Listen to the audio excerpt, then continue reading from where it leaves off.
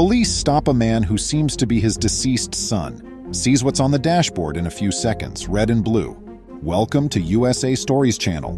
Do not forget to subscribe and activate the bell button to receive all new updates. Now let's go to the story. Nothing will make you feel more afraid than when you see the distinctive blue and red flashing lights of a police cruiser approaching you. Your thoughts are racing with all the purposes it could serve. Had you been driving too fast? Was there maybe a taillight out? You force a grin, the most innocent of all, and get ready to speak. It's unlikely that you will be able to leave without a ticket once you've pulled over to the side of the road. However, this was not at all the case with William Jasinski. He was a military veteran who was driving down the road going about his business, when all of a sudden he was stopped for no apparent reason. William attended Arlington High School after attending Somers, New York as a child. He had an ambition of becoming a sergeant and serving his nation since he was a little lad. When he was just 10 years old, he declared his intention to enlist in the U.S. Army. His mother was understandably worried, and rightfully so. In 2003, William had the opportunity to live out his goals amid the turmoil in Iraq.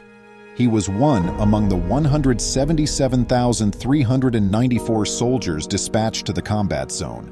He packed for the worst, leaving behind his family, fiancé, and life as he knew it.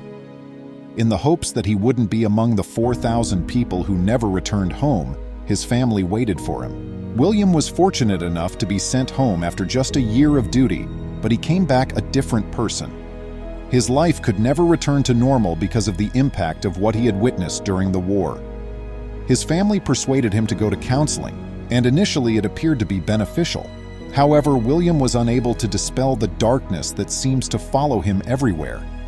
That is, until he received the necessary shock from an odd meeting on a desolate road. Following his final dull therapy session, William started the lengthy journey back to his LaForce, Texas home.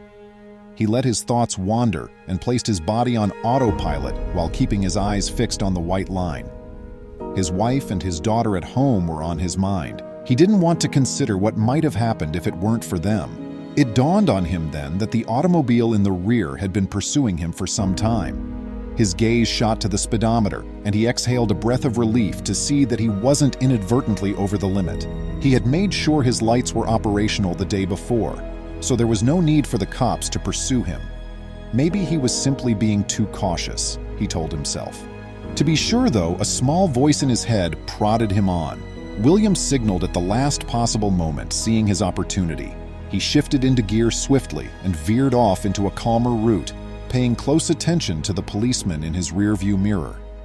As expected, the vehicle reappeared over the hill. He was aware of his pursuers. He knew that the warning siren he had been waiting for would sound at any moment. However, what transpired further unsettled him. As William waited for the siren that never arrived, his nerves were fraying and he was beginning to fear.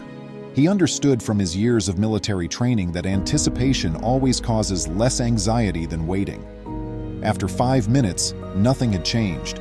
There was nothing except him on an empty road, the police car silently following him, and no speaker or sirens. He was almost relieved to see the flash of blue. That was the indication that the officer wanted him to stop, and he did. After that, he would go through the routine of presenting his license, engaging in small talk, and then leaving. At least that was his belief. William did not realize that this weird meeting was going to get even stranger when he slowed down and pulled upon the edge. When William rolled down his window to ask the police outside what appeared to be the problem, his day started to go a bit strange. William saw that the officer's gaze had shifted to his car's dashboard, landing on something they both treasured. After he said that he was not in any difficulty at all and had not broken any laws, William had worked for the U.S. Army operating heavy-wheeled vehicles. He was in Iraq as well. He therefore had no idea what would happen next when he noticed that the policeman was examining the American flag he had put there as a memento.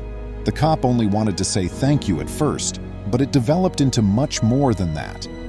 The officer eventually shared with the combat veteran why he was so appreciative of him after their customary small talk.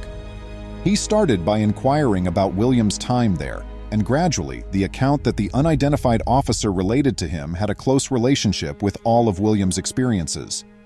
William will find out everything soon. Two emblems from his military service are conspicuously displayed on the veteran's vehicle. The American flag, which drew the officer's attention, appears on one bumper sticker, an Army sticker. He knew who was behind the wheel of the automobile thanks to the sticker. He could not see who was inside till then. What shocked him was who he saw. He could hardly take it any longer. William briefly updated the officer on his travels, saying, "I visited Iraq. I served out of Fort Benning for 15 months." And that's when it all came out. The officer then revealed to William some information that has troubled him ever since, and seeing William merely reopened old wounds. "My kid traveled to Iraq. He failed to return home." William offered his sympathies and assistance, having witnessed the suffering personally and knowing how it felt. "I'm devastated to learn about it. I recently completed a PTSD treatment." Post-traumatic stress disorder, or PTSD for short, is a frequent condition among men and women in the armed forces. The officer said, "I see you have a flag in the truck. The one we got for him. It's in the house." Suddenly, the officer asked him a question that William was unable to reject, or rather, a favor. "Can I ask you a question? Could I come over here and give you a hug? You make me think of my kid. You resemble him precisely. The reason I stopped you was that you resembled him so much. I mistook you for my son." With tears in his eyes, the cop remarked, "Most days I still don't think he's gone." William gave the cop a hug then? You had better trust it. Nor was it just any old embrace based on his Facebook post. We were both crying as I went outside and gave that man a hug. I'm talking about sobbing till we're on our knees for a minute or two. That's what I needed, William wrote. At that point, both guys appeared to let go of some pain with an unknown person. William experienced the release of something he had been clinging to for a very long time. William felt as though the policeman's embrace had erased his pain and anxieties. Both men stood on that deserted road, sobbing and hugging, and he could practically feel it rise up into the ether and then dissipate. It was just the relief he had been waiting for. More than any therapy session could have done, his PTSD had been cured by that sincere human connection with a complete stranger. He was eager to tell his wife and daughter everything when he got home. When OSHA closes them down, a man who was dismissed for hurrying to work while ill grins. In a perfect world, all businesses would treat their workers fairly and with respect. Personal development would be supported in a supportive and upbeat work atmosphere. We don't live in an ideal world, which is a terrible fact. But after experiencing unjust treatment at work, one Redditor came up with a narrative that had such a gratifying ending that it went viral. Unfortunately, the truth is that most individuals in our world barely make ends meet with the 60 to 70 hours of effort they put in each week. Workers face these kinds of abuses anywhere in the globe. Furry_control, a Reddit member, was one such employee. But Furry_control was able to exact the ideal retribution. Furry_control initially revealed his spicy tale on Reddit's r/pro-revenge forum. Furry_control, a worker at a well-known pancake shop, shared in their post how they notified their supervisor they would be staying in the hospital. When things didn't go out as planned, a legendary vengeance tale was created. The previous general manager was a really great guy, and I had a very good friend who had just been promoted to shift manager. I was fairly well liked among the staff. Regretfully, he was moved without his will to a different store. His replacement was a terrible, egotistical shift manager that nobody liked, but this was only the start of my problems. I worked 6 days a week, putting in between 60 and 70 hours, and I only took Tuesdays off. My shifts varied from 8 hours to 18 hours, a crucial detail later. For years, I worked this schedule without complaining. Then one day, things started to go south. Regretfully, I became really sick at work on September 10th for an unknown reason. I had excruciating, stabbing pain in my lower right abdomen along with this. It was around 12 in the morning when I contacted the general manager to let her know that I was going to the ER. "You will be fired if you leave," she threatened to tell me.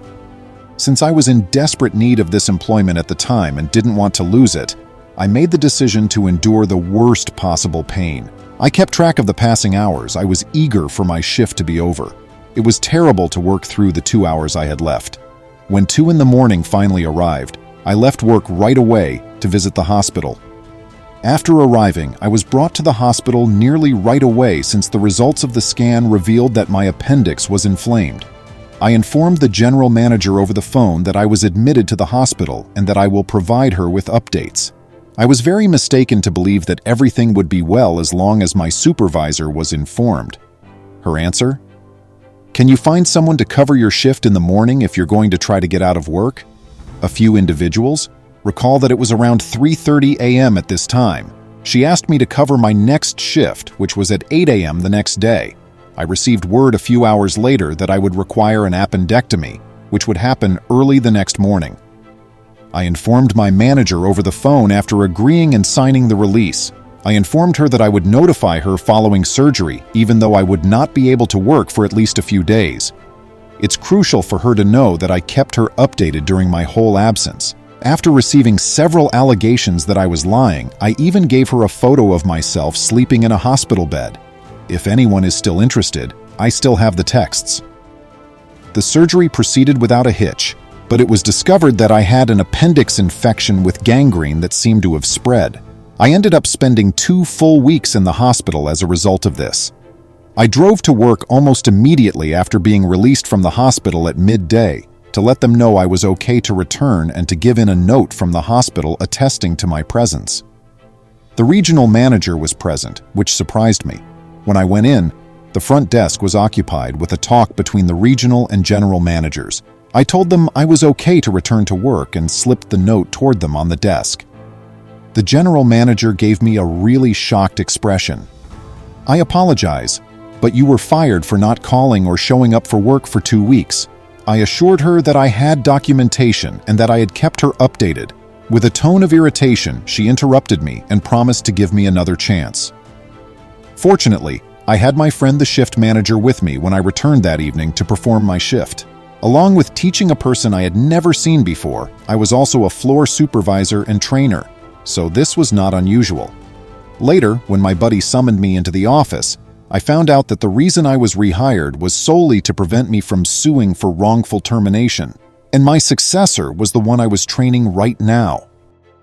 Even though I was astonished, we came up with a strategy right away. This restaurant was filthy. There were enormous roaches in the kitchen and eating area, black mildew, rotting food mixed in with fresh meals, and severe water leaks that caused the dining room's carpet to practically fall apart. Name it. Despite our repeated reports of these problems to the general manager, nothing ever changed.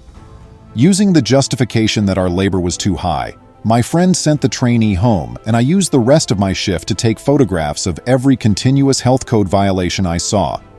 I even followed culinary instructions to ensure that I could take images of the kitchen and grill without raising any red flags with other staff members. At last, the following morning arrived. The general manager called me when I awoke. As expected, she insisted that I give in my uniform as I was going to be fired right away. When I drove up to inquire why I had been fired, she told me that I was a sluggish worker who often grumbled about my hours worked. Please keep in mind that I worked 64 hours a week on average and never once complained. Not wanting to debate, I just turned in my uniform and walked out. But my strategy doesn't finish there. I was one of the few employees with a permit for food safety. All of the material from the lesson was still fresh in my mind because I had just renewed my permit. I also well recall the health inspector telling us in class that all we needed to do to report something at work was to come in, ask for them, and provide proof. I went immediately to the health department, requested to speak with him, and supported my claim with all the photos I had collected and written descriptions of each infraction. He told me that the restaurant would find it difficult to refute with the photographic proof. He also told me that the following morning, he would do a surprise inspection. When I woke up the next morning, I saw texts from my general manager labeling me a whiner and snitch. Fortunately, my friend was able to videotape the whole inspection from his workplace. I will not be sharing the tale because of its recentness and the fact that it mentions names and reveals faces. However, it was stunning and revealed who the real liar in the circumstance was. For permitting unlicensed workers to work, the regional manager was hit with a hefty $7,000 fine. and the restaurant was told to cease operations so that cleaning could take place. But because it was a marginally profitable franchise, the owner of many other franchises shut it down and fled. Even though I would like to feel sorry for those who are still jobless, I don't. The tale really has a happy ending for the decent employees because many of them have gone on to greater things. For a little while, this mother left her 1-year-old daughter alone with their new puppy. Nevertheless, upon her return, she was appalled by what she found. The event took place in Atherton, Australia, back in 2007. Basically, this Svelsik family was just like any other. Due of their intense love for one another, Catherine and her husband made the decision to become parents. Their daughter Charlotte was born not too long after that. Despite how much Catherine and her husband loved their daughter, they felt that something was still lacking. Thus, a little more than a year later, they made the decision to visit an animal rescue facility in the hopes of finding a new family member. This time, one with 4 legs, it didn't take long for them to encounter Khan, a cute Doberman pinscher. The Doberman immediately won the family over, and they felt he was the right dog for them. However, the animal wasn't in excellent condition when they first met him. He was a mistreated dog whose situation made it difficult to decide whether or not to put him down. According to Catherine, Khan had endured such horrific abuse that he was very starved, had several fractured ribs, and was obviously abused by his prior owners. However, the Svelsik family chose to take a risk on the dog and offer him another opportunity at life, even though they were aware of his terrible background. However, Khan would do something unexpected after only 4 days with him. The event occurred 4 days after the Svelsik family acquired the dog from the shelter. Like any other typical day, it had begun normally. Khan, Charlotte, and her mother were playing in the garden to enjoy some fresh air because it was a nice and beautiful day. For a brief while, Catherine looked away from the dog and her daughter as they played together, but then she heard a snarl. Glancing back, she saw the big Doberman growling. Though that turned out not to be the case, Catherine was first concerned that the dog was being hostile toward Charlotte. The anxious mother was unaware that a snake was resting in the shadow under the home. It was a king brown snake, the 3rd most poisonous snake in the world. However, it wasn't just any snake. Khan was attempting to warn Charlotte away from the potentially lethal reptile and had noticed the potentially fatal beast. Charlotte, at just 17 months old, had no idea what the dog was attempting to do. Khan made the decision to take matters into his own hands, that is, his paws, at this point. The dog, in a desperate attempt to save her, grabbed the infant by her diaper and gently threw her a few steps behind him. Charlotte's mother commented, "I would never have believed it if I had not seen it with my own eyes." Khan was paying close attention. He kept trying to nudge her, but it wasn't working, so he grabbed her by the back of the nappy and threw her over his shoulder more than a meter. The snake was not happy that Khan was the closest object to it now that the infant had moved out of the way. The dog had unintentionally agitated the lizard by shoving Charlotte so abruptly. As a result, it sprang out from beneath the house and bit him in the paw. Charlotte looked pretty shocked, and Khan screamed like he'd been stabbed, added Catherine. I realized quickly it was a snake, and Khan had been trying to get in between her and the snake before he threw her. The dog ran into the house and fell on the ground, perhaps aware that he wouldn't have much time to obtain aid. Having seen everything, Catherine was really concerned for her companion with 4 legs. Before it was too late, she hurried Khan to the veterinarians, who were able to provide an anti-venom injection to the dog. The dog was going to have a very painful night as the poison worked its way throughout his body, even though the very courageous animal was able to obtain the antidote. Fortunately, the Doberman recovered completely, and as a reward for his incredible bravery, he was treated to a hearty breakfast the next day. The local newspaper was informed by a snake specialist in Atherton that Khan could have averted death because the snake was unable to inject a significant enough dose of poison into his paw. This occurred as a result of the dog's fast snatching action, which prevented the lizard from truly latching on. If tiny Charlotte's skin had been punctured by the bite, the narrative would have turned out quite differently since she would have been more vulnerable to the poison and probably would have perished. With much gratitude, Catherine and her husband welcomed their new furry family member. Khan obtains the gold bowl he desires. During an interview with the local press, Catherine stated, "We owe him for the rest of his life." Khan's heroic deed was so remarkable that it seemed almost if the dog was attempting to express his appreciation to the Svelsic family for taking him in and saving his life at a time when he truly needed a helping hand. This story may have ended quite differently if the family had not visited the shelter that day and discovered the cute Doberman. However, Khan is not the only dog to take on a poisonous snake head-on in order to save a child. A dog that was attempting to shield a 12-year-old child from a poisonous snake in 2020 was bitten at least 4 times. The incident took place in the Bertioga area of São Paulo, Brazil's Garatuba neighborhood. Andressa de Silva dos Santos, 24, said that if family dog Typhoon hadn't been there, the 6-foot Jararaca snake may have attacked her sister, 12. The owner of the property had asked the 12-year-old girl to open the gate, so it appears that her mother had given her an errand to a nearby home. However, on the way back from her assignment, the little girl encountered the poisonous snake, which halted her in her tracks. Da Silva claimed that when she was returning, she noticed the Jararaca coming and shouted, adding that her sister was paralyzed with dread until Typhoon got there.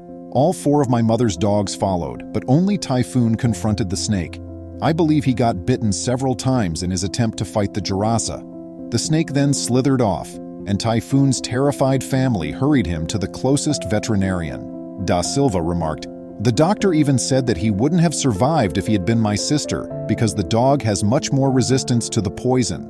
According to the University of Michigan's Animal Diversity Database, Brazilian pit vipers are a major threat to people, and Bothrops species are responsible for the majority of New World human fatalities. Because the species is widespread across its range and prefers to live in agricultural areas, encounter rates are high. Their venom contains toxins that result in subconjunctival hemorrhage, systemic bleeding into the skin, mouth, and nose, blistering hemorrhagic blebs, and swelling at the site of envenomation. When combined, these consequences can result in severe hypertension, shock, renal failure, and cerebral bleeding, all of which can be fatal. Fortunately, Typhoon was able to survive everything as he got the anti-venom therapy in time. Although it took some time for Da Silva's family to save enough cash for their dog's medical care, they were able to receive the assistance they required by way of many online fundraisers. 7-year-old Typhoon survived his trauma and made a full recovery because to the nice and compassionate people who donated. Even though this particular incident may be relatively uncommon, poisonous snakes are a major concern in regions like Brazil, where they are native to the area and are drawn to buildings for their cool shelter and the abundance of food that comes from the rats and mice that are drawn to the trash in the town and city. But because of his incredible efforts, I believe it's fair to say that this one incredible dog will be pampered rotten for the rest of his life, though he may have to steer clear of snakes going forward. These animals truly are remarkable. Please share your thoughts on these stories in the space provided below. During a family stroll, a blind grandfather became lost in the forest and felt hopeless when he noticed a wolf coming. You'll be astonished, though, at what the beast did to him when it spotted him. It was Paul Lucas's greatest moment ever. He walked for nearly 20 minutes, only using his senses, until he had to stop to regain his breath. He patted the ground with his cane, searching for a rocky place to sit. He located one, eased himself onto the rock gradually, and snuggled there while chuckling gently. Despite being nearly totally blind, he was astounded that he could still navigate a jungle. He hadn't experienced an adventure like this in almost 15 years. Lucas, however, was unaware that the true adventure had not yet started.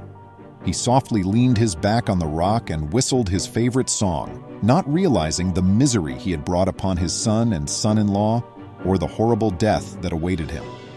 A crisp snap of twigs and the rustle of leaves brought him back to the present moment in an instant. He felt the environment around him change instantly. An instinctual shudder went down his spine as the tension in the air made him aware that there was an invisible threat not far away. A low growl sounded suddenly through the trees, sending a shiver of horror down his spine.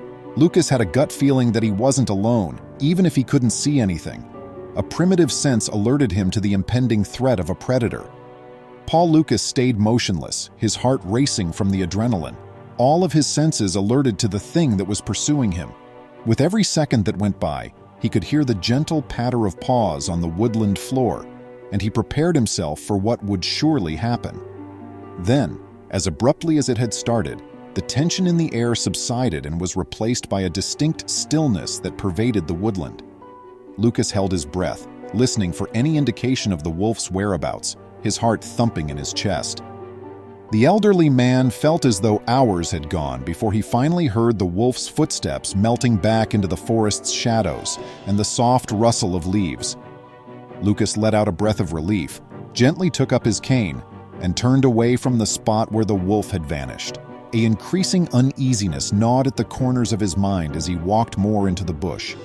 The familiar scene felt unsettlingly strange as the shadows seemed to stretch out. He was so engrossed in his thoughts and his fervent prayers for a miracle that he failed to see that he was tripping over an overgrown root and fell. He tried to shift his body and sit up, wincing in agony, but he was grateful that he had not broken any ribs. Lucas felt a chill go down his spine as he heard a quiet growl that suddenly brought back memories. He realized he had unintentionally come across the wolf again and stopped in place, his pulse thumping with panic. The old guy struggled for his cane with shaky hands, his heart pounding in anticipation of the confrontation. His senses sharpened to the maximum, the air crackling with tension as he faced the predator. Lucas found himself trapped in a primordial dance of survival at that brief instant. Every instinct told him to go, but he was aware that a quick movement may arouse the wolf's wrath, so he just stood there, hoping against hope that the thing would grow bored and disappear back into the darkness. Oliver and Sam were gathering wood in a clearing, and he should never have ventured there. His thoughts turned to his family and the final joyful moments he had spent with them as he awaited what he believed to be his last breath. That was supposed to have been a happy camping vacation. His doctor had told him just days prior that the experimental medication he had been taking to slow down his disease had not worked. He was nearly completely blind at this point, and there was no going back. He had made the decision to pack his bags and head off to the yearly camping retreat that he and his daughter attended every summer, in spite of his wife's disapproving remarks. They had a long-standing custom, and he wasn't going to disrupt it because one of his 5 senses wasn't working. After all, he still had 4 more to go, and he knew that spending time with his loved ones would help ease the anguish and sorrow he was experiencing. Lucas and his spouse hopped into their daughter's vehicle and followed her to Oliver's residence. They hadn't informed him they were following behind, and Lucas sensed his kid was ecstatic to see him. Despite a little amount of fear he made an effort to hide. The rest of his family felt the same way, particularly little Lucas, who always looked forward to seeing the guy with whom he shared a name. After packing the vehicle with everything they needed, they left for the Nord campsite. After almost 2 hours and 150 kilometers of driving, the van lurched and a frightening grinding sound could be heard throughout the vehicle. The engine stuttered to a halt and a startled Oliver hurriedly pulled over to the side of the road. Nord was only a few kilometers distant from them. There was little more than thick evergreen trees all around them. Oliver and Sam, his brother-in-law, made vain attempts to diagnose the van's problem. Grandpa Lucas was able to divert little Lucas's attention with amusing anecdotes from his past. Oliver and Sam were nevertheless forced to make an assistance request, but by tomorrow afternoon, the tow vehicle would not be able to get to them. Oliver's mother proposed that they set up camp in the bush and wait for assistance. Oliver was the only one who didn't leap at the notion. He couldn't bear the idea of his family suffering because he had heard that wolves may be prowling the neighborhood. To prevent frightening them all, he didn't express his worries, so he followed their lead. After emptying the vehicle, they made camp a short distance from the highway, deep in the bush. The woodland was not too dense, and based on a few stray objects that were lying around, it appeared like someone had been there not too long ago. Before it grew dark, Oliver and Sam offered to walk a bit farther into the forest and get wood for the fire. In order to experience nature, his father asked to accompany them. They had no idea that they were going to go through anything really upsetting. The 3 of them made their way through the tall trees as they entered the woodland, their footsteps crunching softly on the layer of dried leaves and twigs that had fallen. Shafts of golden sunshine poured through the canopy, creating dappled patterns on the forest floor, and the air was heavy with the earthy aroma of pine.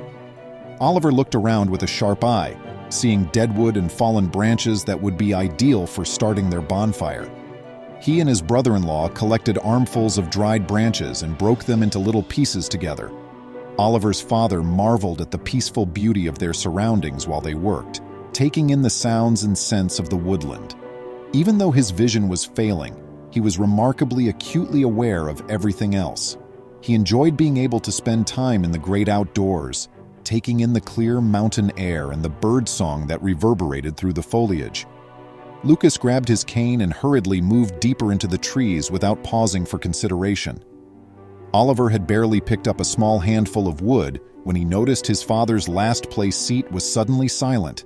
He turned to face the location, worried by this strange silence, but it was empty. He cried out to Sam, startled. They didn't hesitate to start calling out Grandpa Lucas's name, their voices resonating through the trees as they looked about for any indication of movement. However, the old man's whereabouts remained unknown, and there was no reaction. The woods continued to be eerily silent, as though holding its breath. Oliver and Sam started searching the area with increasing fear, their movements becoming more rapid as they hurriedly dug through the undergrowth and peered into the darkness in hopes of finding their missing father. Lucas didn't hear people chanting his name, and he wouldn't have had the confidence to speak up and say something. Now that the wolf was near, he could sense it. All he could hope was that when it ate him, it wouldn't create too much of a mess. However, the wolf's subsequent actions were nearly unreal. Rather of charging in, it moved gently toward the elderly guy after spotting something unusual about him with its sharp instincts. It nudged at Lucas's cane, pulling at it softly as though beckoning him to stand and follow. The wolf's antics astonished Lucas at first, but he slowly stood up on quivering legs and allowed himself to be led, feeling both curious and scared. The wolf led him through the maze-like woodland with each pull on the cane. Its motions were unexpectedly slow and careful. Paul Lucas followed, his other senses sharpened as he depended on the wolf's acute vision to navigate the wilderness, trusting in its instinctive direction. He sensed a connection with the wolf even though he was blind. It was as though they had an unsaid understanding based on trust and need. He moved cautiously and gently, feeling the woodland floor with the tips of his feet before moving forward, the cane firmly in the wolf's jaws. Despite his fear of falling and suffering severe injuries, the wolf appeared to recognize that the elderly guy was blind and utilized its coat to guide his unsteady legs in the direction of safety. With a wolf that led the way with a tenacity that defied its wild character, they cautiously made their way further into the forest. The unexpected bond that had developed between them, bridging the gaps between species and perception, made Paul Lucas's heart burst with appreciation. His wonder quickly overcame his trepidation, and he nearly burst out laughing. He pondered how an outsider might perceive the scene, a wolf leading a blind man into the wilderness.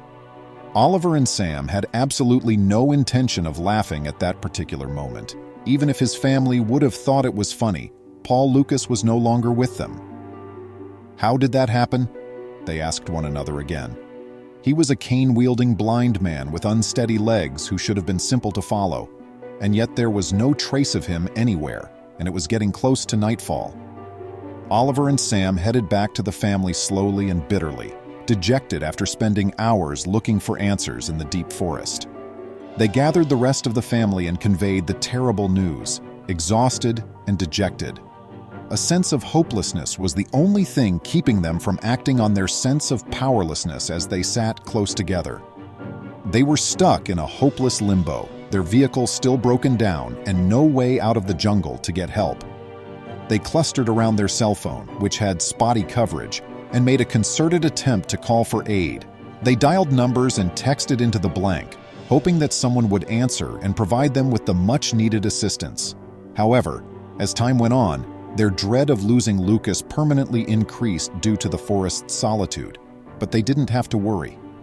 The old man and the wolf finally emerged from the thick undergrowth into the open where the camp was tucked in between the trees, after what seemed like a lifetime. The wolf let go of the cane and crept back into the forest as soon as he noticed the humans gathered around the fire.